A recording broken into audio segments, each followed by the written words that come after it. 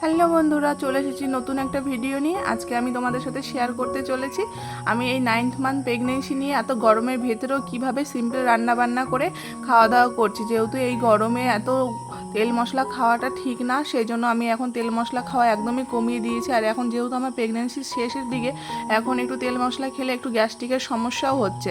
তো আজকে আমি দুটো শাক রান্না করব আর একটু আলু ভাজাও করেছিলাম। তো আজকে আমার সমস্ত রান্নাই ছিল কালো জিরে ফোড়ন দিয়ে, কালো জিরে শুকনো লঙ্কা ফোড়ন দিয়ে। আর এখানে দেখতেই পাচ্ছ আমি দুটো শাক রান্না করে নিয়েছি। এখানে ছিল কচু শাক আর মিষ্টি কুমড়ো শাক। প্রথমে মিষ্টি কুমড়ো শাকটা রান্না করে নিয়েছিলাম, ওটা মুগের ডাল দিয়ে করেছিলাম। আর এখানে পরে কচু শাকটাও করে নিয়েছি।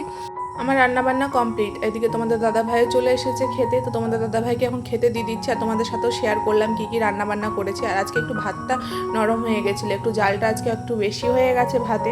এই চালটা একটু তাড়াতাড়ি হয়ে যায়, একটু যদি 19-20 হয়ে যায় তখন ভাতটা নরম হয়ে যায়। আর আমি কচু শাকটা একটু বেশি শুকনো করেই নামিয়েছি যাতে গলায় না ধরে। কারা কারা আছো আমার মতো এরকম সিম্পল রান্নাবান্না খেতে ভালোবাসো, প্লিজ কমেন্টে জানিও।